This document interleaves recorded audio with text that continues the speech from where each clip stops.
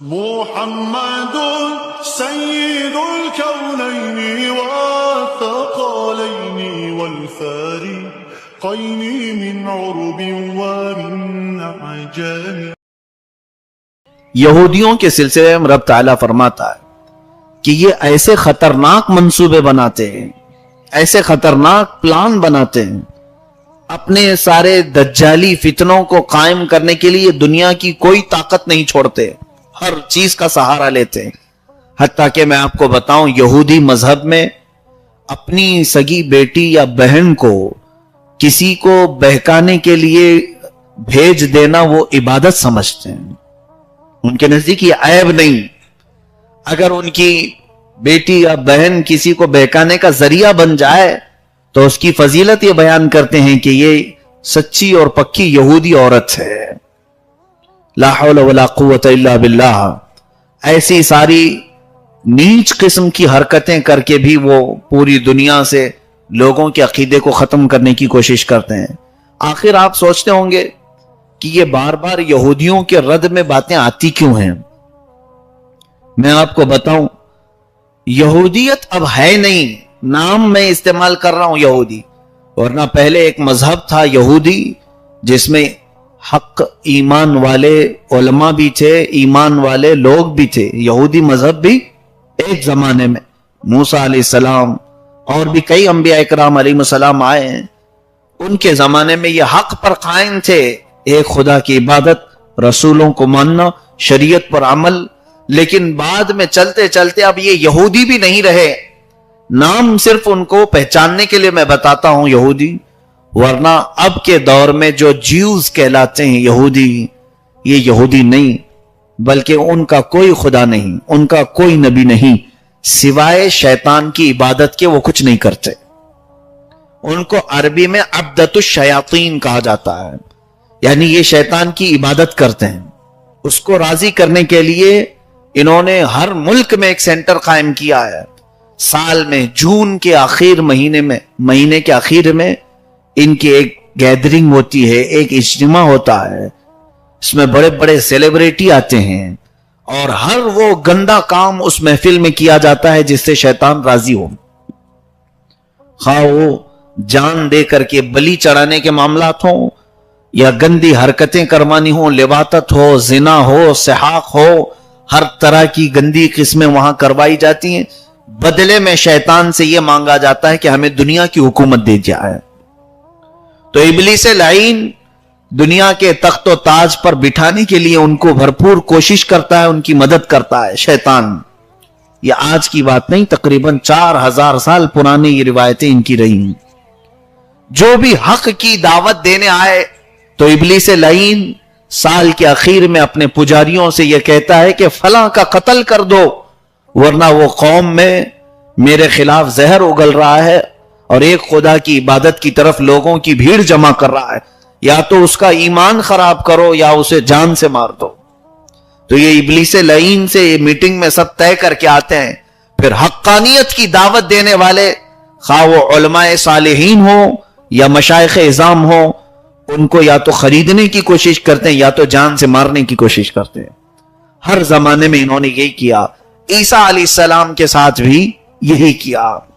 جب عیسیٰ علیہ السلام کی زبان کی تاثیر ایسی تھی کہ یہ جہاں جائیں لوگ ان پر ایمان لائے، اور ہاتھ کا کمال یہ تھا کہ وہ مٹی کے بنائے ہوئے پرندے کو صرف ہاتھ سے بنا کر پھونک مارتے تو وہ زندہ اڑنے لگتا. بیماروں کو آپ شفا اس طرح سے دلایا کرتے کہ روایت میں ہے، تفسیر میں، کہ دن میں 50,000 اندھوں کو صحیح کرتے. 50,000 بیمار دن میں صحیح ہوتے تھے.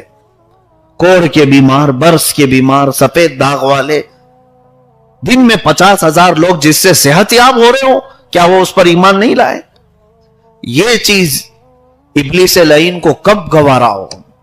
تو اس نے اپنے پجاریوں کو، جو یہودی ہیں، ہر زمانے میں شیطان سے ان کا ایک کانٹریکٹ یہ ہوتا ہے ابلیس لعین سے کہ ہم تیری رضا کا ہر کام کر ڈالیں گے، بدلے میں تو ہمیں دنیا کی حکومت اور دولت دلائے. آج کئی لوگوں کو مشہور کرنے کے لیے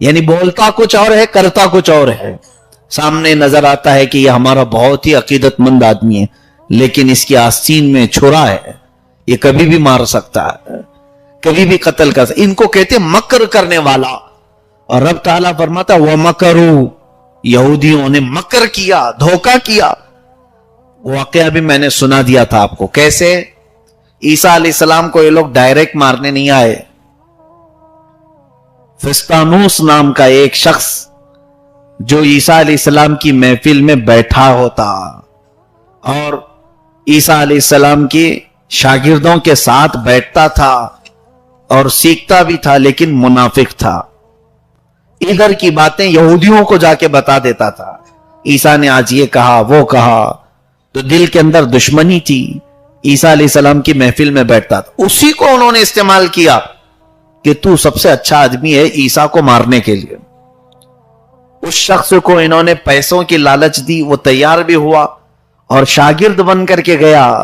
لیکن اس کے آنے سے پہلے ہی عیسیٰ علیہ السلام اپنے شاگردوں کو سب بتا چکے تھے کہ ابھی میرے یہ آخری وقت ہے، میں تمہارے درمیان زیادہ دیر تک نہیں رہوں گا. لوگوں نے میرے قتل کا منصوبہ بنایا اور قاتل اندر آنے والا ہے. اللہ کے نبی غیب نہیں جانتے تو کیسے بتاتے ہیں؟ یہ بھی تفسیر میں ہے. آپ نے سب بتا دیا اور اس کے بعد حضرت عیسیٰ علیہ السلام بیٹھے تھے، وہ اندر آیا منافق.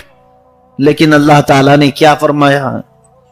منافق عیسیٰ علیہ السلام کا چاہنے والا بن کر کے آیا، چاہنے والا بن کر کے آیا، یہودیوں کی طرف سے آیا. حیرت کی بات یہ ہے کہ عیسیٰ علیہ السلام کو اللہ نے اٹھا لیا اور اس منافق کو عیسیٰ علیہ السلام کی شکل دے دیا. پوری بھی شکل نہیں دیا، آدھی شکل دیا. بہت دیر تک جب یہ باہر نہیں آیا تو اس کے جو دوست باہر کھڑے تھے یہودی، جنہوں نے اسے پیسہ دے کے بھیجا تھا، اندر گھسا ہے. کہا وہ پتہ نہیں کہاں گیا ہمارا سپاری لینے والا، غائب ہو گیا. پیسے لے کر کے عیسیٰ کو مارا بھی نہیں ہوگا، چلو ہم ہی مار دیتے. اندر گھسے تو اس کو پایا. پہلی نظر میں تو اس کو عیسیٰ علیہ السلام ہی ان لوگوں نے سمجھا. اب کیا کیا؟ سبوں نے چھرا نکالا اور اسی کو مارنا شروع کیا، زخمی کیا اور اس کے بعد اٹھا کر کے لائے اس کو. وہ بہت چلاتا رہا، میں عیسیٰ نہیں ہوں، میں عیسیٰ نہیں ہوں. کون سنے؟ کون سنے گا؟ کیونکہ شکل تو عیسیٰ علیہ السلام کی ہے. جوش میں یہودیوں نے پکڑ کر کے اس کو سولی پہ چڑھایا اور پھانسی بھی دے دی. مر گیا. مرنے کے بعد ان کو ٹینشن ہوا کہ یہ جو بول رہا تھا میں عیسیٰ نہیں ہوں، عیسیٰ نہیں ہوں، سوچنا چاہیے ہمارا آدمی اگر یہ ہے تو عیسیٰ کہاں ہے، اور اگر یہ عیسیٰ ہے تو ہمارا آدمی کہاں گیا. اس ٹینشن میں تو ان کے 500 سال گزر گئے. ان کو پتہ ہی نہیں تھا کہ ہم نے کس کو مارا. جس کو پھانسی دی انہوں نے، ان کو یقین تک نہیں تھا. قرآن نے بتایا کہ جس کو تم نے مارا ہے وہ کوئی اور تھا. عیسیٰ تو اب بھی رب کے پاس موجود ہے. قرآن نے اس کی وضاحت فرمائی. اب رب تعالیٰ فرماتا وَمَكَرُوا وَمَكَرَ اللَّهُ. اب سنو آیت. انہوں نے دھوکہ دینے کی کوشش کی، مکر کیا، پلاننگ کی، شاگرد بن کر کے آئے، محبت کرنے والے بن کر کے آئے. وَمَكَرَ اللَّهُ وَاللَّهُ خَيْرُ الْمَاكِرِينَ. مکر کا لفظ اللہ نے اپنے لیے بھی استعمال فرمایا، حالانکہ رب تعالیٰ کے لیے یہ لفظ ہم عام طور پر استعمال نہیں کر سکتے. انہوں نے مکر کیا اور اللہ نے بھی مکر کیا؟ نہیں. مکر کا لفظ رب تعالیٰ کے لیے نہیں. یہاں رب نے یہ لفظ استعمال فرمایا، اس کا مطلب یہ ہے کہ اللہ نے خفیہ تدبیر فرمائی. اعلیٰ حضرت نے اس کا ترجمہ یہی فرمایا. انہوں نے دھوکہ دینے کی کوشش کی اور اللہ نے خفیہ تدبیر کی. واللہ خیر الماکرین. اور اللہ سب سے بہترین تدبیر کرنے والا ہے. کیسی تدبیر فرمایا؟ جس سے تم بچ ہی نہیں پائے. تم بچ ہی نہیں پائے. سوچا تھا کہ میں شاگرد بن کر کے جاؤں گا، مار کر کے آؤں گا، اور اللہ نے اس کے جال میں اس کو ایسا پھانس دیا کہ شکل عیسیٰ علیہ السلام کی دے دی. ہزار وہ دہائی دیتا رہا لیکن بچ نہیں پایا. مرا کس سے؟ دشمنوں سے نہیں. جن کے پاس جا کر لگایا بجھایا کرتا تھا انہی لوگوں نے مارا. یہ ہے خیر الماکرین. مولا تعالیٰ جب کسی کو ختم کرنا چاہتا ہے تو اس کے خود کے مسئلوں میں اسے الجھا دیتا ہے. اللہ تبارک و تعالیٰ نے جو فرمایا وہ مکر اللہ واللہ خیر الماکرین. آج کے دور میں بھی میں اس کو بتا دوں، لوگ آج ہر طرح سے سازشیں اسلام اور مسلمانوں کے خلاف بنا کر کے رکھیں. کچھ لوگ تو ڈرا ڈرا کر کے ہماری قوم کو کمزور کر چکے، ڈرا کر کے ارے تمہارا کیا ہونے والا ہے، کٹنے والے ہو، مرنے والے ہو. یاد رکھو قرآن میں اللہ نے فرمایا یریدون لیطفئوا نور اللہ بافواہہم واللہ متم نورہ. لوگ اپنے منہ سے اللہ کے چراغ کو بجھانا چاہتے ہیں. اللہ کا چراغ کیا ہے؟ اسلام. قرآن اس کو اللہ کا چراغ کہہ رہا ہے، اس کو منہ کے پھونکوں سے بجھانا چاہتے ہیں. واللہ متم نورہ، اور اللہ اپنے چراغ کو ہمیشہ باقی رکھے گا. ہزاروں آندھیاں آئیں، ہزاروں طوفان آئے، ارے تتاری چنگیز خان جیسے ہلاکو جیسے ظلم اسلام پر ہوئے، مگر اسلام دبا نہیں.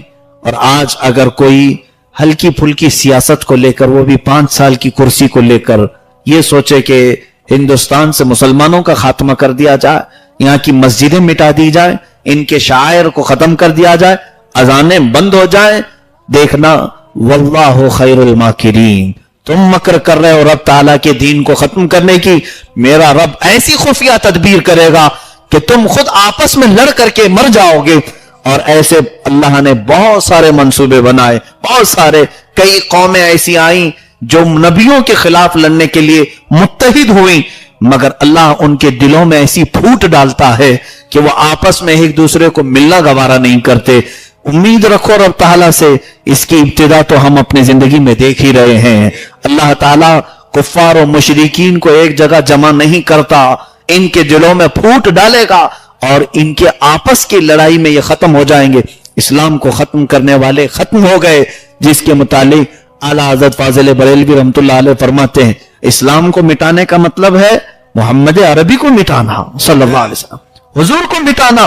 مٹ گئے، مٹتے ہیں، مٹ جائیں گے آدھا تیرے، نہ مٹا ہے نہ مٹے گا کبھی چرچا تیرا. یا رسول اللہ تو کسی کے گھٹائے سے نہ گھٹا ہے نہ گھٹے، جب بڑھائے تجھے اللہ تعالیٰ تیرا.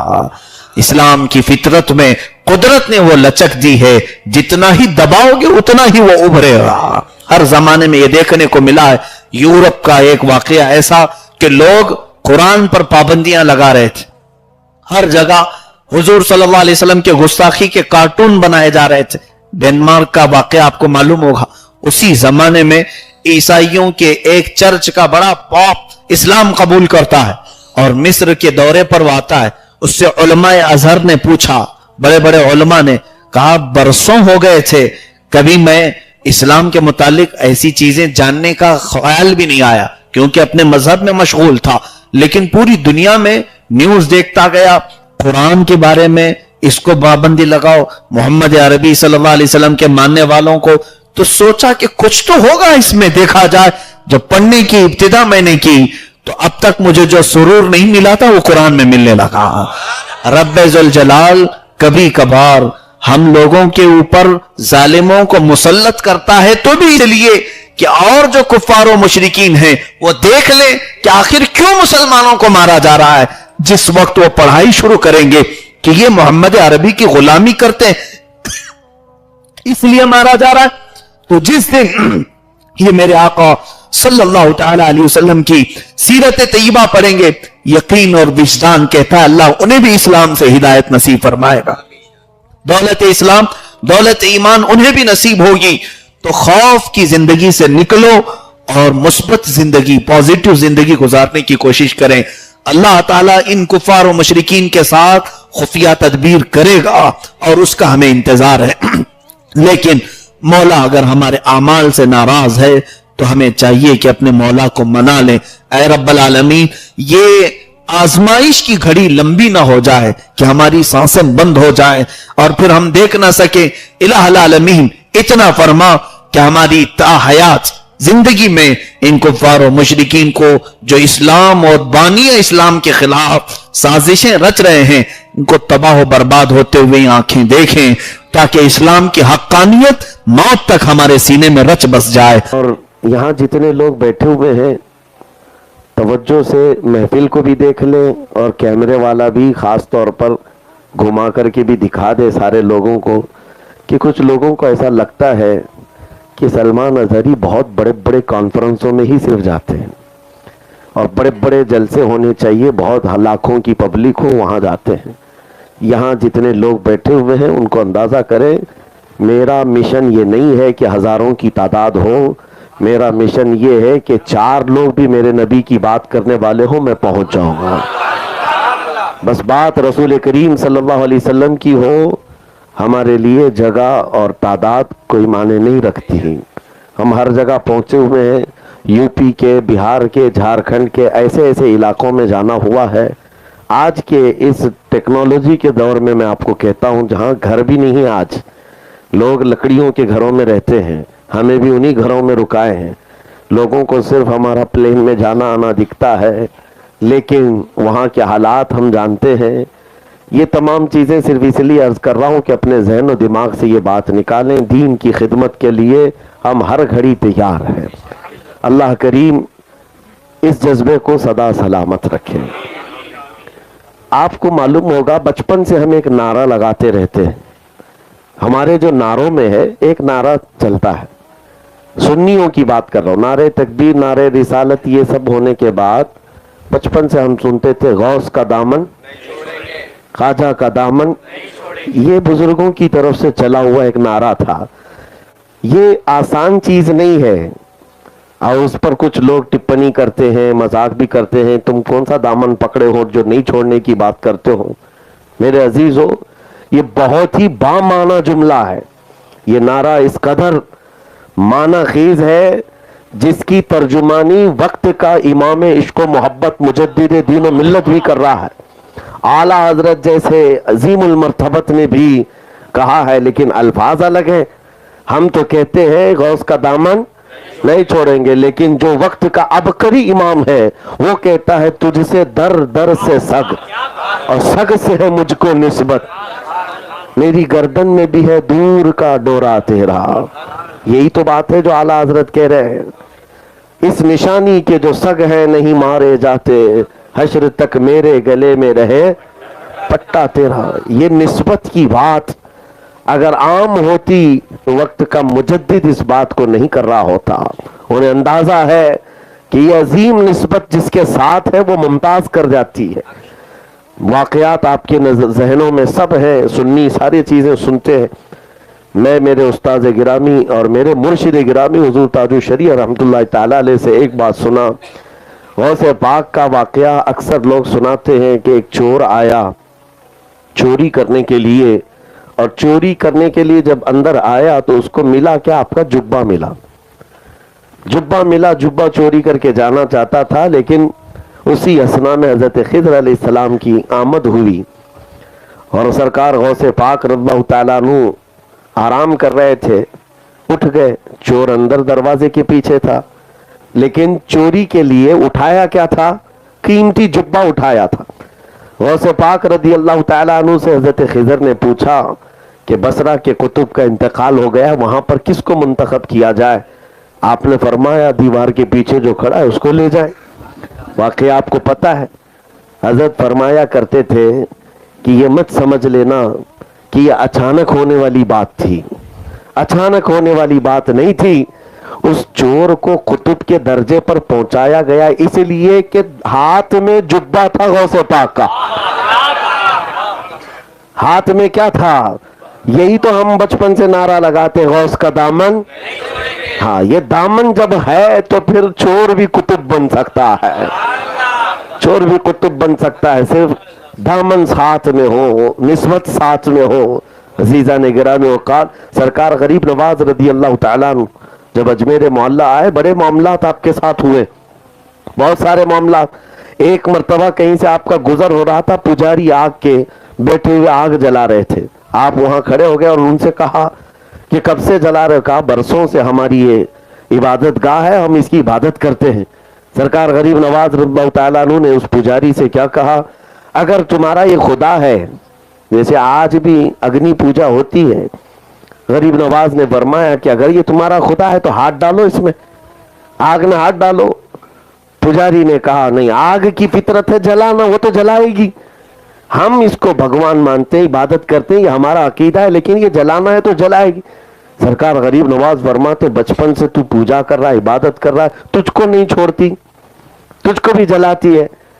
تو پجاری کہا بابا بڑی یہ اس طرح کے فلسفے کی باتیں مت کرو, ہمیں گمراہ نہ کرو, آگ کا اثر ہے جلانا جلاتی ہے. لیکن سرکار غریب نواز نے کہا نہیں, آگ کا اثر ہے جلانا, لیکن اس وقت تک نہیں جلاتی جب تک میرا خدا نہ کہے. اثر دینے والا میرا خدا ہے. تو اس نے کہا اگر اتنا تمہارے خدا پر یقین ہے تو تم ہاتھ ڈالو نا, مجھ سے کہہ رہے ہو تم ہاتھ ڈالو. سرکار غریب نواز نے جب یہ چیلنج سنا تو اس وقت آپ تیار ہو گئے. آگ کا بڑا تنور تھا. پجاری جو بیٹھا پنڈت, اس کے گود میں ایک چھوٹا سا بچہ تھا, اور بچے کو حضرت غریب نواز اٹھاتے ہیں. کافر کا بچہ, کافر یعنی ماحول اسی طرح کا رہا ہوگا. اٹھایا اور غریب نواز آگ میں چلے گئے. بچے کو کیوں اٹھا لیا, اس کا تو بچہ تھا, لے کر کے آگ میں چلے گئے. اور اس پجاری نے واویلا مچایا, ارے یہ درویش, یہ فقیر آیا, آگ میں خود بھی چلا گیا, میرے بچے کو بھی لے گیا ہے. کافی دیر ہو گئی, لوگ جمع ہونے شروع ہوئے, جگہ جگہ سے لوگ آئے اور بہت سارے پجاری پنڈت سب آئے. کافی دیر کے بعد سرکار غریب نواز اپنا دامن جھاڑتے ہوئے آگ سے صحیح سلامت باہر آ رہے. ایک بات یاد رکھیں, اللہ کا ہر ولی کسی نہ کسی نبی کا پرتو ہے. سرکار غریب نواز حضرت ابراہیم خلیل اللہ کے پرتو ہیں. تو جب باہر آئے, آگ کچھ نہیں جلائی, صحیح سلامت تھے. کافی وہاں پر موجود لوگوں نے اسلام قبول کیا, ایمان لائے. بچہ پنڈت نے, پجاری نے لیا اور اس کی پیشانی پکڑ کر دیکھا, آگ کی گرمی بھی نہیں ہے, آگ کی گرمی بھی نہیں ہے. لے کر کے چومنے لگا. یہاں پر فرمایا جاتا ہے بچے کا کون سا کمال تھا, بچہ کون سا متقی اور پرہیزگار ولی تھا, وہ کیوں نہیں جلا. غریب نواز تو اللہ کے ولی تھے, ان کو آگ نہ جلائی, بچے کو کیوں نہیں جلائی, یہ تو پنڈت کا تھا. فرمایا گیا بات یہ ہے کہ ہاتھ میں کس کے تھا, آگ نہیں جلائی, ہاتھ میں کس کے تھا, سرکار غریب نواز کے. یہی تو ہم کہتے ہیں خواجہ کا دامن. جب یہ نسبتیں ہیں تو میرے عزیزوں اس کو معمولی مت سمجھنا, یہ بہت عظیم نسبتیں ہیں, اور انہی باتوں سے آج ہمارا ایمان محفوظ ہے, ایمان محفوظ ہے. میں اپنی آنے والی جنریشن کے لیے بھی یہ بات ہمیشہ کے لیے, نوجوانوں محفوظ رکھ لو. تم جس دنیا میں ابھی زندگی گزار رہے ہو, یہاں پر لوگوں کا ایک کانسیپٹ یہ بنا ہے کہ سارا دین گوگل میں ہے, سارا دین انٹرنیٹ پہ ہے. یہاں پر انجینئرز بھی آ گئے ہیں, ڈاکٹر بھی آ گئے ہیں, پروفیسر بھی آ گئے ہیں جو دین کی تشریح کر رہے ہیں اور دین کی دھجیاں اڑا رہے ہیں. ہمارا کالج میں جانے والا نوجوان وہ یہی سمجھتا ہے کہ یہ دین بہت اچھا جانتے ہیں, جو ریفرنس نمبر کے ساتھ ہمیں بتاتے ہیں, حدیث نمبر یہ ہے, آیت نمبر یہ ہے, ریفرنس نمبر کے ساتھ بتاتے ہیں, یہ دین کے بڑے عامل لوگ ہیں. اگر تمہارا یہ ذہن بن گیا تو آگے چل کر کے جو دین تمہارے پاس رہے گا وہ ایسا کھچڑا دین, ایسا کھچڑا کہ تمہیں سمجھ میں نہیں آئے گا. ایک بات یاد رکھو, ہمارے پاس محفوظ دین وہی ہے جو ان اولیاء سے چل کر کے آیا ہے اور سینہ بسینہ چل کر کے آیا ہے. ان اولیاء کاملین کے ذریعے سے جو دین پہنچا ہے وہ رسول اللہ صلی اللہ علیہ وسلم کا وہ پاکیزہ دین ہی ہے. باقی یہ تشریحات کرنے والے جتنے بھی آتے رہیں گے, ان کے متعلق حدیث پاک میں پہلے سے بشارت دی ہے میرے آقا نے. حضور پاک صلی اللہ تعالی علیہ وسلم نے ارشاد فرمایا اخیر زمانے میں کچھ ایسے لوگ آئیں گے جو قرآن کو ایسے پڑھیں گے تم سے بہتر لگے گا, لیکن قرآن ان کے حلق سے نیچے نہیں جا رہا ہوگا. یہ حضور اکرم صلی اللہ علیہ وسلم نے ان کی علامتیں بھی بتائی ہیں. وہ ایسی ایسی باتیں تمہارے سامنے لا کر رکھیں گے تمہارے باپ داداؤں نے بھی نہیں سنا ہوگا, اور تم فریفتہ ہو جاؤ گے ان کے پیچھے. نہیں, دین جو ہے انہی بزرگوں سے جو چلا ہے وہی ہمارا محفوظ دین ہے. اگر حضرت عبداللہ ابن مبارک رضی اللہ تعالیٰ عنہ فرماتے ہیں کہ اگر یہ اسناد نہ ہوتی تو دین ہی نہیں ہوتا. اسناد کس کو کہتے ہیں؟ یہ اولیاء کا سلسلہ ہے. نبی پاک صلی اللہ علیہ وسلم کی ایک حدیث بیان کرنے کے لیے امام بخاری کبھی کبھار 12 کبھی 13 لوگوں کا وسیلہ لیتے ہیں کہ مجھ کو انہوں نے بیان کیا, ان کو انہوں نے بیان کیا, ان کو انہوں نے بیان کیا. یہ جو اسناد ہے, یہ جو اولیاء کاملین ہیں, یہ ہمارے دین کے وہ ستون ہیں کہ ان کو ہٹاؤ تو دین کھوکھلا ہو جائے, دین ہی نہ رہے. اس لیے آپ کو اگر یہ پٹی پڑھائی جائے کہ یہ قبر پجوے لوگ ہیں، اولیاء اکرام کے آستانوں پر سب کچھ لٹا دیتے ہیں، میرے عزیزوں ایک بات تو ہے، مجھے اصلاحاً یہ عرض کرنا ہوگا کہ افراط و تفریط کے بیچ میں ہمیں زندگی گزارنا ہے. کچھ سنی ہیں جن کو میں جانتا ہوں کہ یقیناً انہوں نے یہ خرافات مچائی ہے کہ سب کچھ انہوں نے یہ سمجھ لیا ہے کہ مزارات اولیاء ہے. اولیاء اکرام اصل ہیں، نہ کہ یہ دیوار در و دیوار جن کو بنانے میں، جن کے لیے اپنی زندگیاں آج ختم کر دی جاتی ہیں. ایک کسی ولی کے آستانے کو بنانے کے لیے 2 کروڑ کا دروازہ اصل دروازہ نہیں ہے، اصل اس ولی کامل کی زندگی ہے. حضرت سید نجیب میاں ادام اللہ اقبالہ ماررہ مطہرہ میں ابھی کل کی پرسوں کی رات آپ نے پیغام دیا کہ افسوس یہ ہے، المیہ یہ ہے کہ ہمارے بزرگوں کو جو لوگوں کو چاہیے تھا کہ ہمارے بزرگوں کو حاصل کرتے، ان کو منوں پھولوں کے نیچے دبا کے رکھا ہے. ہاں، یہ اولیاء کرام صرف چادر گاگر اور پھولوں پر دبا کر رکھنے کے لیے نہیں، ان کے دامن کو پکڑنے کا مطلب یہی ہے کہ ان کی تعلیمات کو عام کر دینا، ان کے مشن کو عام کر دینا. عزیزان گرامی وقار، آج نوجوانوں کو میں یہ بات کہتا ہوں، نسبت ضروری ہے لیکن ساتھ میں یہ افراط بھی نہ ہو کہ تم اصل دین کو یعنی حضور پاک صلی اللہ علیہ وسلم کو اور شریعت طاہرہ کو چھوڑ کر کے صرف یہ سمجھ کر کے چلو کہ صرف کسی مزار کے پاس میں ایک دھاگا باندھ دوں گا یا دروازہ لگا دوں گا، کھڑکی لگا دوں گا، بس کافی ہے. یہ نہیں ہے دین. دین اصل میں نبی پاک صلی اللہ تعالی علیہ وسلم کی وہ شریعت طاہرہ اور جس کو لے کر کے اولیاء کاملین تشریف لائے. اگر ان تمام چیزوں سے آپ ہٹ گئے تو پھر کبھی تفریط کس کو کہتے ہیں؟ نہیں مانتا ہی نہیں، کسی ولی کو مانتا ہی نہیں. ایسا تنگ نظر ہو گیا ہے کہ وہ اولیاء کرام سے بھی دور ہو گیا. افراط کہتے ہیں بہت ہی زیادہ غلو کرنے لگ گیا ہے. دونوں کے درمیان کا راستہ صحیح راستہ ہے، بیچ کا راستہ. یقیناً یہ اولیاء کاملین ہمارے لیے ذریعہ ہیں، نسبت ہے. اصل تو رسول اللہ کی ذات ہے، اصل رسول اللہ کی ذات ہے. آج دیکھتے نہیں، مجھے ایک صاحب جو دوسرے مکتب فکر سے تعلق رکھتے ہیں ٹونٹ مار کر کے کہا تھا کہ مفتی صاحب آپ بیان بہت سارے کرتے ہیں، اپنی قوم کو آپ دیکھیں، کبھی محفلوں میں آپ جا کر کے دیکھیں، آپ کی محفلوں میں ایسا ہوتا ہے کہ پیر صاحب کی بات کی جائے تو اچھل کود ہوتی ہے اور جب رسول اللہ کی بات کی جائے تو سکتہ طاری ہوتا ہے. کیوں ایسا ہے؟ کیوں ایسا ہے میرے عزیزوں؟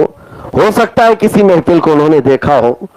میں نے ان سے کہا یہ ہو سکتا ہے کسی جاہل محفل کو دیکھ کر کے آپ نے کہا ہو، لیکن آج بھی الحمدللہ ہمارا عقیدہ یہ ہے، ہم جن اولیاء کی بات پر فخر کرتے ہیں وہ اس لیے کرتے ہیں کہ ہم کو رسول اللہ کا دروازہ بھی دکھایا انہی اولیاء نے، حضور پاک تک پہنچایا ہے ان اولیاء کاملین نے. ہم جھومتے ہیں، لیکن میرے عزیزوں اس اعتراض کو آنے سے پہلے اپنے اندر اصل کی محبت کو پیدا کرو. اصل کی محبت وہ رسول اللہ کی محبت ہے. نبی کریم صلی اللہ تعالی علیہ وسلم اصل ایمان ہے، اصل دین ہے. اور اولیاء کاملین یہ نسبت وہاں تک پہنچنے کے لیے آپ کو پتا ہے سلسلہ عربی میں کس کو کہتے ہیں؟ سلسلہ جو ہے عربی میں چین کو کہتے ہیں. آپ ڈکشنری بھی اٹھا کر کے دیکھ لیں گے تو اس کا میننگ لکھا ہوگا چین. چین کس کو کہتے ہیں؟ چین کوئی ایسی ایک لمبی رسی نہیں ہوتی. چین میں جو ہے کڑیاں ہوتی ہیں، ایک کڑی دوسرے کڑی سے، پھر دوسری کڑی تیسری کڑی سے ایک دوسرے سے جوڑی جاتی ہے، اور یہ کڑیاں جب لمبی ہو جاتی ہے تو چین بنتی ہے، اور اسی چین کو سلسلہ کہا جاتا ہے. ایک بھی کڑی کھل گئی تو وہ چین نہیں ہے، ٹوٹی ہوئی ہے. اور اس لیے ہم اپنے بزرگوں کے ہاتھ میں ہاتھ دے کر اس چین میں اپنے آپ کو شامل کرتے ہیں. یہ کڑیوں سے ہم ملا لیتے. کیوں؟ اپنے پیر کے ہاتھ میں ہاتھ دیتے ہو تو یہ سمجھ کر کے کہ یہ ہاتھ صرف مجھ سے نہیں ملا ہے، ان کے پیر سے، ان کے پیر سے، اور یہ ہاتھ جاتے ہیں سیدھے رسول اللہ کے ہاتھ میں. اسی لیے اعلیٰ حضرت نے فرمایا جس کا سلسلہ منقطع ہے اس سے بیعت کرنا جائز بھی نہیں، جائز بھی نہیں. یہ سلسلہ ہے، اور سلسلہ اصل جو ہے یہ کڑیاں یہ نہیں ہوتی. آخر میں جہاں جا کر منزل ہے وہ اصل ہے, وہ اصل ہے. اس لیے میرے عزیزوں, ان نسبتوں کے ساتھ سرکار غوث پاک کی نسبت, سرکار غریب نواز کی نسبت, اس پر فخر کرنا بنتا ہے سنیوں کو, لیکن ساتھ میں ہمیں یہ بھی محسوس کرنا ہوگا اصل ہمارا وہ رسول اللہ کی شریعت طاہرہ ہے.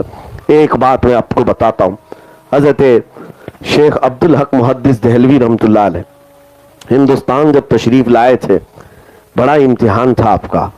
علم حدیث پھیلانے میں سب سے بڑا کردار سیدنا عبدالحق محدث دہلوی کا ہے. وہ کہتے ہیں ایک مرتبہ وہ کسی بیابان سے گزر رہے تھے, انہوں نے دیکھا کہ ایک پیر صاحب بیٹھے ہوئے ہیں اور مریدین بہت سارے ہیں, اور اس پیر صاحب کا اثر ایسا تھا کہ مریدین پر وجد طاری تھا. اور شیخ عبدالحق محدث دہلوی کوئی ایسے ویسے عام عالم نہیں کہ وہ صرف اور صرف ظواہر کو دیکھتے ہوں, بلکہ وہ اہل باطن میں سے تھے, اولیاء کی بڑی قدر کرنے والے تھے. ان کا حال یہ تھا, اس وقت تک رات کو سوتے نہیں تھے جب تک رسول اللہ کی زیارت نہیں کرتے تھے. روزانہ کا معمول تھا آپ کا, جب دن بھر حدیث پڑھاتے تھے اور رات کو جب آتے کشف کرتے, آنکھیں بند کرتے اور حضور کا دیدار کرتے تھے یا روزے کی زیارت کرتے تھے. ایک دن گزر رہے تھے, پیر صاحب, ان کی جھوپڑی تھی, لوگوں کا ایک بڑا جم غفیر تھا. آپ گزرتے ہوئے وہاں لوگوں سے پوچھتے کون ہے, کہا کہ فلاں فلاں بزرگ ہیں, ان کا اثر ایسا ہے, لوگ ان کے ارد گرد ہمیشہ رہتے ہیں, وجد طاری رہتا. کہا میں بھی ملاقات کر لوں, شرف یاب ہو جاؤں. گئے اندر اجازت لے کر, جو بزرگ تھے اندر, انہوں نے حضرت شیخ عبدالحق محدث دہلوی کو بٹھایا. بہت توجہ سے سننا, تمہاری زندگیوں میں یہ چیز آئے گی تو یہ ہمیشہ معیار اور کسوٹی میں دے کر جا رہا ہوں. وہ شیخ محدث دہلوی بہت بڑے عالم دین ہیں. اندر گئے, بزرگ جو تھے مرشد بیٹھے لوگوں کے ساتھ بات کرتے رہے. اس کے بعد ان کے قریب میں ایک بڑا مٹکا رکھا ہوا تھا اور ان کے ہاتھ میں پیالہ تھا جس میں شراب, وہ شراب پی رہے تھے, اور مٹکے سے شراب نکالی اور شیخ عبدالحق محدث دہلوی کو کہا پیجیے آپ بھی. کہا کہ شراب کیسے میں پی سکتا ہوں, میرے نبی پاک صلی اللہ علیہ وسلم کی شریعت طاہرہ میں اس کا قطرہ چکھنا بھی حرام ہے, میں کیسے پیوں گا. تو اس پیر صاحب نے کہا مولوی صاحب وہ باتیں باہر ہیں, یہ خانقاہ ہے ہماری, پی لو, میں جو کہہ رہا ہوں پی لو, اتنی منزلیں طے کر لو گے کہ تمہیں سمجھ میں نہیں آئے گا. آپ نے کہا نہیں, حضور کی شریعت چھوڑ کر کے مجھے ایک منزل بھی نہیں جانا ہے, کوئی منزل نہیں طے کرنا ہے. اب سنو اصل امتحان کیا ہے. پہلی مرتبہ ملاقات ہو رہی ہے پیر صاحب سے. پیر صاحب نے کہا عبدالحق پی لو ورنہ روزانہ جو زیارت کرتے حضور کی وہ بند کرا دوں گا. یہ کسی کو نہیں معلوم تھا, یہ ان کا راز تھا. شیخ عبدالحق محدث دہلوی کا راز تھا جو حضور کی زیارت کرتے تھے. اب مجھے بتاؤ اے نوجوانوں, تمہارے ساتھ ایسا آ جائے, تمہارے دل کی بات کوئی کہہ جائے اور تم اسی وقت تو لٹو ہو جاؤ گے, بابا بڑا پہنچا ہوا ہے, اب اس کے آگے پیچھے تو سب کچھ بیچ ڈالو گے. میرے تو دل کے حالات جانتا ہے یہ. شیخ عبدالحق کے لیے بہت بڑا امتحان, اور اس سے بھی بڑا امتحان میں بتاتا ہوں. شیخ عبدالحق محدث دہلوی کہتے ہیں یہ روزانہ میری جو حضور کی دربار میں زیارت ہوتی ہے, یہ کہہ رہے روک دوں گا, آخر میں کروں کیا.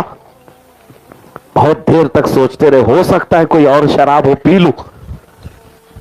پیالہ لیا, اس کے بعد ہاتھ کانپنے لگ گئے, ہاتھ کانپنے لگ گئے, پیالہ چھوٹ گیا. کہا کہ نہیں, میں جا رہا ہوں اس جگہ سے, میرے لیے یہ چیز نہیں ہو سکتی. آپ نے کہا ہے میرے دل کی بات, لیکن اب میں شراب کو تو ہاتھ نہیں لگاؤں. چلے گئے. کہا دیکھ لینا پھر تمہارے ساتھ کیا ہوگا. شیخ عبدالحق محدث دہلوی گھبرائے ہوئے آئے. اس دن کوئی کام نہیں کیا. شام ہوئی, اپنے معمول کے مطابق جب مکاشفے کے لیے بیٹھتے ہیں, حضور پاک کی زیارت ہر دن کرتے تھے. آج جب تنہائی میں مراقبے میں بیٹھے ہیں, جیسی آپ نے آنکھیں بند کی اور حضور کی زیارت کا وقت قریب آیا, اس وقت سامنے وہ بزرگ کھڑے ہوئے نظر آئے. حضور کا دروازہ نہیں کھلا, نہ ہی کوئی روزہ نظر آیا, وہ کٹھیا میں بیٹھے ہوئے بزرگ نظر آئے. کہا یہ تو بڑا امتحان ہے. اس وقت ان کے آنکھوں کے سامنے آ کر کے وہ بزرگ کہنے لگے عبدالحق ابھی بھی وقت ہے, آجا میری خانقاہ میں جو پلا رہا ہوں پی لے. شیخ عبدالحق محدث دہلوی کہتے ہیں کیا کیا جائے, رات بے قراری میں گزری. کیونکہ ایک بار عاشق رسول کو جب دیدار نہ ملے اس کی تڑپ بڑھ جاتی ہے, بے قراری بڑھ جاتی ہے. پوری رات گزار لیا, صبح اٹھ کر کے سوچنے لگے کیا کروں, حدیث پڑھاتے رہے, شام کیسے آئی, پھر رات کے وقت سوچا کل وسوسہ ہوگا, آج بیٹھے تو آج بھی وہ بزرگ سامنے کھڑا ہے اور کہا نہیں میں تجھے حاضری کی اجازت نہیں دوں گا, تو نے میری بات نہیں مانی, انکار کیا, میں تجھے حاضری کی اجازت نہیں دے سکتا, اتنا پاور تو ہے میرا. تو حضرت شیخ عبدالحق محدث دہلوی کے ہاتھ پیر کانپنے لگ گئے. 2 دن کی بے قراری تھی, آپ رات بھر نہیں سوئے. تیسرا دن آیا اور آج کی شام طے کر کے بیٹھ لیے کہ آج آر پار ہو جائے, یا تو یہ میرا امتحان ہے یا تو پھر میری موت ہے. میں نبی پاک صلی اللہ علیہ وسلم کے دیدار کے بغیر نہیں زندہ رہوں گا. طے کر لیا. شام کا وقت آیا, جب غسل کر کے بیٹھے حضور کے زیارت کے آداب کے اعتبار سے, اور اس وقت جیسے ہی آپ بارگاہ مصطفیٰ کی زیارت کے لیے طے کرتے ہیں, دل کو تمنا تیار کرتے ہیں, رو پڑتے ہیں, بے اختیار روتے ہیں, کہتے ہیں اب مجھ سے نہیں سہا جا رہا ہے, یا رسول اللہ آپ ہی بتا دیں آپ کی شریعت سچی ہے یا یہ پیر سچا ہے, آپ کی شریعت سچی ہے یا پیر سچا ہے. اسی اسنا میں قبر رسول سے آواز آئی, اخرج یا کلب, اے کتے ہمارے دربار سے نکل جا. اتنی آواز آئی کہ وہ جو پیر صاحب تھے اچانک غائب ہو گئے اور سب حجابات ہٹ گئے, سامنے رسول اللہ کی زیارت ہوئی. اب شیخ عبدالحق محدث دہلوی کو اپنی مراد مل گئی, اور اس کے بعد جی بھر کے تمنا کے ساتھ, دل کے ساتھ بارگاہ مصطفیٰ میں حاضری دی. صبح اٹھے, کہا کہ میں تو جیت گیا, میں تو جیت گیا, میری مراد مل گئی ہے. اب جاتا ہوں اس بزرگ کے پاس, اب جا کر کے بولتا ہوں اب بتاؤ بغیر تمہارا پیالہ پیے تو میں اپنا پیالہ پی چکا, میں شراب محبت پی چکا دیدار مصطفیٰ کا. اب وہاں بیابان میں آئے, اس جنگل میں لوگوں میں ایک ہلا مچا ہوا ہے, گلگلا ہے, لوگ اپنے اپنے بوریے بسترے باندھ رہے ہیں, سب ادھر ادھر ہو رہے ہیں. شیخ عبدالحق محدث دہلوی کہتے رکو رکو, مجھے تمہارے پیر صاحب سے ملنا ہے.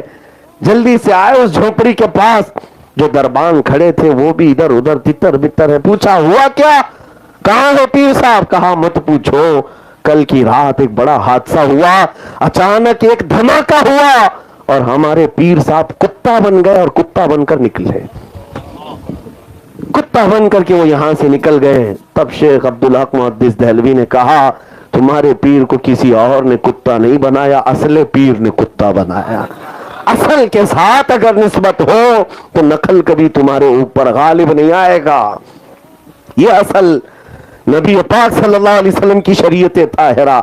لوگ آج جس طرح سے نسبت اپنی اصل ہے, ضروری ہے, لیکن ساتھ میں یہ کسوٹی ہمیشہ رکھو جو میرے مصطفیٰ سے بال برابر بھی ہٹا, شریعت طاہرہ سے بھٹکا, نہ وہ پیر ہونے کے لائق ہے, نہ تمہارے لیے چین بننے کے لائق ہے. وہی ہمارے لیے لائق ہے جس کا سینہ نبی پاک صلی اللہ علیہ وسلم کی محبت سے بھرپور ہے, معمور ہے. عزیزان گرامی وقار, یہ میں نے آپ کو اس لیے معیار بتایا ہے کہ اب حالات ایسے آ رہے ہیں, جوگیوں کے پیچھے اور انگوٹھی والے بابا, چوٹی والا بابا, بیڑی والا بابا, پتہ نہیں کون کون سے بابا. لوگوں کو یہ ہمارے ہندوستان کا مزاج ہے, جہالت بہت زیادہ ہے, جس کی وجہ سے یہ سمجھتے ہیں باباؤں کا دین ہے. اور بابا بھی تو ایسے نفسیات کے بڑے بڑے ماہر ہوتے ہیں, سائیکالوجی پڑھے ہوئے ہوتے ہیں, ان کو سب کو پتا ہے. تم کو پتھر بھی وہ کھلا سکتے ہیں, بہت بڑا معجون ہے اور کھا بھی لوگ. ہمارے علاقے میں ایسی چیزیں ہم نے دیکھی ہیں. ایک بابا آیا اور کہتا 8 خدا ہے, 8 رسول ہے, 8 محمد ہے, نعوذ باللہ من ذلک. اور سننے والا بیوقوف ہے, وہ آ کر کے پوچھ رہا کیا ایسا بھی ہے؟ کہا تماچا لگاتا اور کہتا کہ میری گٹھی میں پلایا گیا ہے اللہ ایک ہے. پھر یہ کہاں سے لے کر کے آئی چیز؟ اور وہ سارے ڈکوسلے جو مصطفیٰ کریم کی شریعت کو چھوڑ کر کے تمہیں اگر بلائیں. ایک بات دیکھیں, سنیوں کی مجلسوں کا یہ حال, جیسے جنہوں نے تانا مارا تھا کہ حضور کا نام لیتے سکتہ تاری ہے, کسی اور کے نام پر ہلہ ہے, یہی معاملات قوالی بج رہی ہے, وجد آ رہا ہے. یہ وجد ہے کہ ڈانس ہے کہ رقص ہے مجھے معلوم نہیں, لیکن قوالی پر بڑا حال آ رہا ہے. انہی قوالی سننے والوں سے میں کہتا ہوں 15 منٹ قرآن کی تلاوت بھی سن کے دکھاؤ. وہ اللہ کا کلام ہے نا, اس میں تو کوئی شک نہیں ہے, کسی کا لکھا ہوا ہے اور رسول پر اترا ہوا کلام ہے. سن کر کے دکھاؤ.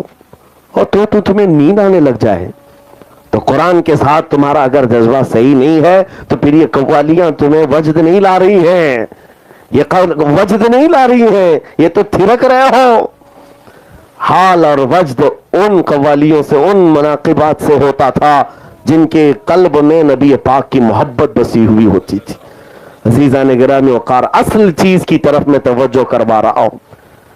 میں کسی چیز کے خلاف نہیں بول رہا ہوں کہ اولیاء اکرام کا جو مسلک ہے اس کے خلاف نہیں بول رہا ہوں, لیکن بات یہ ہے کہ اصل شریعت طاہرہ ہے, اس سے ہٹ جاؤ گے تو پھر کوئی چیز نہیں ہے.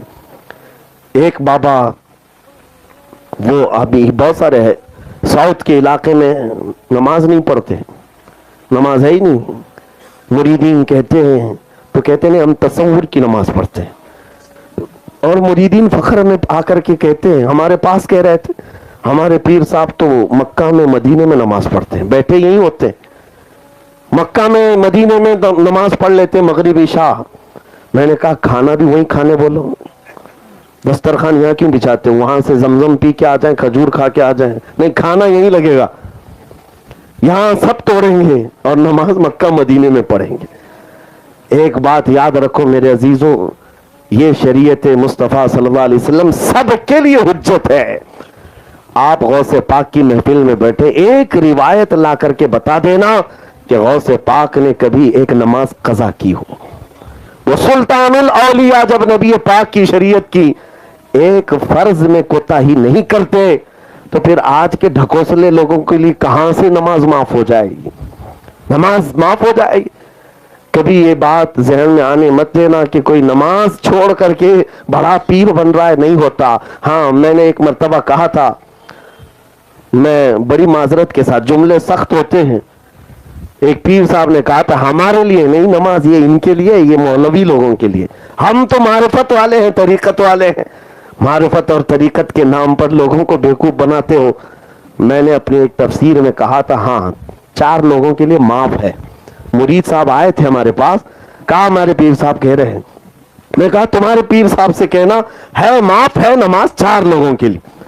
کہا کس کے لیے؟ کہا یا تو نابالغ بچہ ہوگا اس کے لیے, یا پاگل ہو گیا ہوگا, دماغ نہیں ہے اس کے لیے نماز معاف ہے, یا تو پھر حیض آنے والی عورت, یا پھر جس کا بچہ ہوا نفاس والی عورت. جاؤ پیر صاحب سے پوچھو ان 4 میں آپ کے ساتھ کیا ہے, یا تو بچے ہو, یا تو پاگل ہو, یا تو پھر دوسرے معاملات ہو, ورنہ نماز معاف نہیں ہے. غوث پاک کے لیے نہیں, غریب نواز کے لیے نہیں ہے, تو پھر کسی اور کے لیے کیسے؟ اصل جو ہے شریعت مصطفیٰ صلی اللہ تعالی علیہ وسلم ہے. لیکن میرے اس بیان کے لیے میں یہاں تک کیوں آیا آپ کو بتا دوں. یقیناً ہم نے گفتگو شروع کی ہے غوث کا دامن اور خواجہ کا دامن. یہ ہمارا عقیدہ اور ہمارا مسلک, ہمارا مذہب اپنی جگہ پر ہے, لیکن اس کا مطلب یہ نہیں ہے کہ ہم نبی پاک کی شریعت چھوڑ کر کے صرف دامن کی بات کرتے ہیں. غوث کا دامن وہی ہے جو رسول اللہ کی شریعت ہے, خواجہ کا دامن وہی ہے جو رسول اللہ کی شریعت ہے. اور آخر میں چل کر کے یہ بھی بتا دوں مسلک اعلیٰ حضرت بھی وہی ہے جو غوث کا دامن ہے اور خواجہ کا دامن ہے. جس نے اعلیٰ حضرت کا مسلک پکڑ لیا ہے دونوں دامن اس کے ہاتھ میں ہے, دونوں دامن اس کے ساتھ ہے. عزیزان گرامی وقار, رسول کریم صلی اللہ تعالی علیہ وسلم کے ان نائبوں کی قدر یقیناً ہمارے لیے ضروری ہے, لیکن ساتھ میں یہ کہوں گا اصل اپنے ذہن و دماغ میں یہ بنا کر کے چلیں مصطفیٰ کریم صلی اللہ علیہ وسلم کی شریعت سے بڑھ کر کوئی حجت نہیں ہے, حضور کی شریعت سے بڑھ کر کوئی حجت نہیں. ہر ولی آیا ہوا وہ اپنے لوگوں کو حضور کی شریعت ہی سکھاتا رہا. آج ان کے درباروں پر ڈھول باجے کر کے پوچھ لینا اس ولی نے کبھی تم کو یہ تلقین کی تھی کہ میرے مرنے کے بعد ڈھول بجاؤ, میرے انتقال کے بعد باجے بجاؤ؟ اس ولی کے مشن پر ہی نہیں چلتے تو پھر کیسے ان کے ساتھ نسبت ہے, کیسے ان کا دامن ہے تمہارے ساتھ؟ عزیزان گرامی وقار, نبی پاک صلی اللہ تعالیٰ علیہ وسلم کی شریعت طاہرہ کے نفاذ کے لیے انہوں نے پوری زندگیاں وقف کر دی، پوری زندگیاں وقف کر دی ہیں. اب آخری بات میں کہہ کر کے گفتگو سمیٹتا ہوں. ان اولیاء کا ہمارے ساتھ ہونا بہت ضروری ہے، بہت ضروری ہے. اور اس لیے بھی ضروری ہے کہ ہمارے پاس جو شریعت ہے اس کی حفاظت بھی ان کے ساتھ رہنے میں ہی. کیونکہ قرآن کیا کہتا ہے؟ یا ایھا الذین آمنوا اتقوا اللہ وکونوا مع الصادقین. اے ایمان والو اللہ سے ڈرو اور سچوں کے ساتھ رہو. تمہارے پاس جب کوئی دولت آ جائے نا، کہاں رکھتے ہو؟ تجوری میں اندر رکھتے ہو. اپنا سونا، اپنا چاندی، اپنا مال دروازے کے باہر تو نہیں رکھتے ہیں. حفاظت کے لیے تجوری میں، الماری میں اندر رکھتے ہو. اب تمہارے پاس جو سب سے بڑی دولت ہے وہ ایمان کی ہے. یہ کون سی تجوری میں رکھ کر حفاظت کرو گے؟ اس کے ڈاکو بہت ہیں. اس لیے اللہ نے فرمایا اس کی حفاظت صرف ایک طریقہ ہے، اللہ کے ولیوں کے ساتھ رہو، ساتھ رہو. حضرت شیخ احمد یار خان نعیمی رحمۃ اللہ تعالی علیہ نے بہت پیاری بات فرمائی تفسیر نعیمی میں. کہتے اعوذ باللہ من الشیطان الرجیم کی تفسیر کرتے ہوئے کہتے ہیں کہ کبھی ایسا ہوتا ہے کہ آپ کسی گھر پر گئے، آپ کا دوست ہے، اس نے دعوت دی، بڑا بنگلہ ہے لیکن بنگلے کا دروازہ بند ہے اور باہر کتا بھی ہے. جیسے جاؤ گے کاٹ کھانے دوڑے گا، کچھ بھی کرے گا. کیا کریں گے آپ؟ لکڑی لے کے جائیں، پتھر لے کر کے جائیں، کیسے اس سے کریں؟ تو کہتے ہیں سیدھا طریقہ تو یہ ہے کہ گھر والے کو خود ہی بولو کہ آ بھائی تو اپنے کتے کو پکڑ، میں اندر تو آؤں.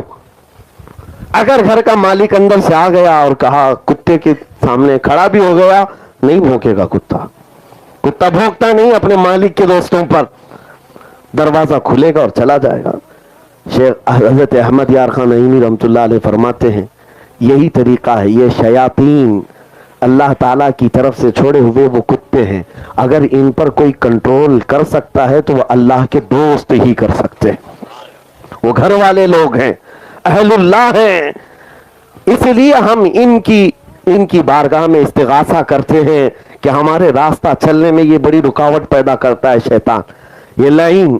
ہم آپ کے دربار تک آنا چاہتے ہیں تو آپ ہی مدد کریں. اگر وہ مدد کریں یقیناً راستے بھی کھل جاتے ہیں، راستے بھی کھل جاتے ہیں. یہ نسبت کی بات کر رہا تھا. میں آخری بات کر رہا ہوں. حضرت معروف کرخی رحمۃ اللہ علیہ بہت پائے کے بزرگ ہیں، سلسلہ قادریہ میں حضرت جنید بغدادی سری سختی کے مرشد ہیں. حضرت معروف کرخی جن کے دربار میں غوث پاک نے چلہ کیا. حضرت معروف کرخی ایک مرتبہ راستے سے گزر رہے تھے، ایک شراب پی کر کے آدمی دھت راستے پر پڑا ہوا تھا. آپ گزرتے ہوئے وہاں رک گئے اور لوگوں سے کہا پانی لاؤ. پانی لائے. تو جب لوگ پانی لائے تو اپنے ہاتھ میں انہوں نے پانی لیا اور وہ جو شرابی تھا اس کا منہ دھلا دیا. منہ دھلا کر کے چلے گئے. لوگ دیکھتے رہے، چہرہ دھلایا اور اس کے بعد چلے گئے. وہ شرابی اٹھا اور وہ عجیب کیفیت میں ہے، شراب کے نشے میں جو سڑک پر پڑا ہوا تھا، عجیب کیفیت میں ہے. اٹھ بیٹھا اور کہنے لگا کہ مجھے کچھ ہو رہا ہے، کچھ عجیب سی خوشبوئیں آ رہی ہیں. لوگوں سے پوچھا کہ کچھ ہوا ہے میرے ساتھ مدہوشی میں؟ کہا ارے نادان، تو کس بات پر اس طرح سے پڑا ہوا ہے؟ زندگی دیکھ تیری، تجھے آج معروف کرخی نے اپنے ہاتھ سے دھلایا ہے. اتنا سننا تھا، وہ بے اختیار دوڑنے لگا اور دوڑ کر کے مسجد میں اندر آیا. مسجد میں اندر آیا ہے تو ایک دن نہیں، 2 دن نہیں، 40 دن تک مسجد سے باہر نہیں آیا. 40 دن تک مسجد سے باہر نہیں آیا. اور اس کے بعد پھر جب وہ باہر آیا تو وقت کی قطبیت حاصل تھی. اس سے پوچھا گیا، وہ جو بزرگ بن گئے، کہا کہ میں نے اللہ کریم کی بارگاہ میں سجدے میں رو رو کر کے کہا کہ مولا میں تو بڑی نافرمانی میں زندگی گزارا، لیکن اچانک میری زندگی کو تو نے تبدیل کر دیا اور تو اپنے دربار کا مجھے فقیر بنا دیا. دنیا میرے دل سے نکل گئی. مولا اتنا بڑا کرم کیا تو نے. رب تعالیٰ کی طرف سے ہاتف غیبی نے صدا دی کہ اے بندے، بات صرف اتنی ہے، میرے محبوب نے پانی سے تیرا منہ دھلایا اور ہم نے تیرا دل دھل دیا. بس ان کا ہاتھ بھی لگ جائے اللہ باقی کے کام ہمارے لیے آسان کر دیتا ہے. لیکن ساتھ میں ایک بات یہ بھی رکھو, ان خبیثوں سے میں کہتا ہوں جو ان اولیاء سے دشمنی کرتے ہیں, بزرگوں سے نفرت کرتے ہیں, ان کی عاقبت خراب ہے. من عادى لي وليا فقد آذنته بالحرب. یہ اللہ تعالیٰ کا فرمان ہے, حضور کی زبان ہے. اللہ فرماتا ہے جو میرے کسی ولی سے دشمنی کرتا ہے میں اس کے ساتھ جنگ کا اعلان کرتا ہوں. کون ہے جو اللہ کے ساتھ جنگ کرے گا؟ ایک بزرگ نے فرمایا, بڑی پیاری بات ہے, یہ لگتی ہوئی چیز ہے اس لیے عرض کر رہا ہوں, اب نہیں طویل کروں گا. ایک سیٹ صاحب تھے, اپنی بیگم کو لے کر کے بازار میں گئے ہوئے تھے, بڑے پیسے والے تھے, اور اس علاقے میں ایک درویش رہتے تھے, اللہ کے ولی تھے, لوگ جانتے بھی تھے ان کو, لیکن جذب کے عالم میں رہتے تھے. اب سیٹ صاحب اپنی بیگم کو لے کر خریداری کر رہے تھے, اچانک وہ درویش آئے اور کیچڑ میں ان کا پیر پڑ گیا.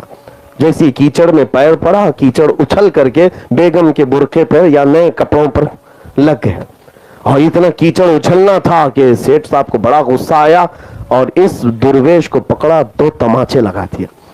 کبھی کبھار ہوتا ہے کسی کو عورت کی بے عزتی برداشت نہیں ہوتی, لگا دیا, 2 تماچے جڑ دیا, اور اس کے بعد اس بزرگ نے کچھ نہیں کہا, کہا بابا معاف کر دو, غلطی سے پیر پڑ گیا, غلطی سے پیر پڑ گیا. وہ چلے گئے وہاں سے, اور یہ اول پول بکنے لگے. سیٹ صاحب مال کی چربی زیادہ تھی, اور اس کے بعد خاتون نے کہا, بیگم نے کہا کہ چھوڑ دو, ان کا غلطی سے پیر پڑا, میں دھل لیتی ہوں. کہا کیسے انہوں نے ان سب کو ذلیل کر دیا سب کے سامنے, تیرے کپڑے میلے ہو گئے. بہرحال بات آئی گئی ہو گئی. بازار کی خریداری کے بعد جب واپس اپنے گھر آئے, سیٹ صاحب سامان رکھ کر پہلے منزلے پر اوپر چڑھ رہے تھے, اوپر سیڑھی سے پیر پھسلا, نیچے گر گئے. نیچے جیسے ہی آئے سر پر ایسی چوٹ لگی کہ بھیجا باہر آیا, جگہ پر موت ہو گئی, جگہ پر موت ہو گئی. اب سنو بات میں کیوں کہہ رہا ہوں, بیگم نے واویلا کرنا شروع کر دیا, یہ ضرور اس درویش کی بد-دعا ہے. آج میرے شوہر نے ان کو ہاتھ کیا لگا دیا, انہوں نے دل سے بد-دعا کر دی اور میرا شوہر ختم ہو گیا. وہ دھاڑے مار مار کر رو رہی تھی, مجھ سے میرا شوہر چھن گیا, ختم ہو گیا. لوگ جب جمع ہوئے پھر پوچھا بیگم سے کیا ہوا تھا, کہا ایسا ایسا معاملہ ہوا, اس درویش کو میرے شوہر نے ہاتھ لگا دیا, تماچا لگایا, اور ہو سکتا ہے انہوں نے ہی یہ بد-دعا کی ہے اور میرا شوہر چلا گیا. لوگوں نے کہا اگر تماچا لگایا ہے تو معافی بھی ہو سکتی تھی, اس بزرگ کو ایسا نہیں کرنا چاہیے تھا, اتنی بڑی بد-دعا نہیں کرنی چاہیے تھا کہ یہ دنیا سے ہی چلا جائے, گھر لٹ گئے, اجڑ گیا سب. تو کچھ جو ذمہ دار تھے شہر کے اور کچھ علماء, وہ نکل پڑے اس درویش سے ملنے کے لیے. وہ ایک حلوائی کی دکان پر بیٹھے ہوئے تھے. اب سن لو میرے عزیزو, اصل واقعہ کا خلاصہ. پہنچے لوگ, کہا بابا آج کیا کر دیا آپ نے؟ کہا کیا ہوا؟ کہا آپ کو ایک سیٹ نے تماچا کیا لگایا, وہ گھر پہنچا تو اس وقت تک تو آپ نے اس کو موت کی گھاٹ اتار دیا. کہا ہائے اللہ, میں نے تو کچھ نہیں کیا, میں نے نہیں کیا, ایسا کچھ نہیں کیا. کہا آپ نے بد-دعا نہیں کی, وہ ہلاک ہو گیا ہے, ختم ہو گیا, انتقال ہو گیا. بار بار سنا تو درویش کو جلال آیا, کھڑے ہو گئے. کہا لوگوں سنو, ہمارا مسلک ہے, ہم ہر تکلیف برداشت کر لیتے ہیں, بدلے میں کسی کو بد-دعا نہیں کرتے, لیکن ایک بات ہے, ہم تو برداشت کرتے ہیں, دوست نہیں برداشت کرتا. وہ دوست ہمارا اللہ ہے, کیونکہ دنیا میں بھی ہم نے دیکھا ہے دوست کی محبت میں آدمی دوسرے کے لیے جانی دشمن بھی بن جاتا ہے. یہاں دنیا کا دستور ہے, اور وہ اللہ غیرت مند ہے, اپنے دوستوں کو پہنچی ہوئی تکلیف ان کی بد-دعا تک کا انتظار نہیں ہوتا, بلکہ رب تبارک و تعالی خود منتقم حقیقی انتقام لیتا ہے. اسی لیے میرے عزیزو, بعض لوگوں کو ایسا لگتا ہے کہ ہم اولیاء کے ساتھ کچھ بھی کر لیں کچھ نہیں ہوگا. سب سے بڑی بات یہ ہے, حضور مفکر اسلام علامہ قمر الزمان خان صاحب اعظمی ایک بات کہتے تھے کہ لوگوں نے آپ سے پوچھا مدینہ طیبہ میں حضور کے دربار میں کھڑے یہ متوع اتنی بے ادبی کرتے ہیں, ان پر عذاب کیوں نہیں آتا, ان پر عذاب کیوں نہیں آتا, ان پر پکڑ کیوں نہیں آتی؟ بڑا پیارا جملہ آپ نے کہا. آپ کیا سمجھتے ہو, عذاب صرف آسمان سے آگ برس جائے, پتھر برس جائے, اس سے بڑا عذاب کیا ہے؟ چراغ کے نیچے رکھ کر کے اللہ نے ان کا ایمان سلب کر لیا, ایمان ختم ہو گیا, اس سے بڑا عذاب کیا ہے؟ اس لیے ہمیشہ یہ یاد رکھو، اولیاء کی دشمنی کے بعد گھر نہ جلیں ٹھیک ہے، پتھر نہ برسیں ٹھیک ہے، لیکن اگر دل سے ایمان ہی ختم ہو گیا ہمیشہ ہمیشہ کے لیے جہنم میں جانا ہو سکتا ہے۔ اللہ کریم ان تمام بلاؤں سے ہماری حفاظت فرمائے۔ پھر میں اپنے اسی جملے پر اپنی گفتگو ختم کرتا ہوں۔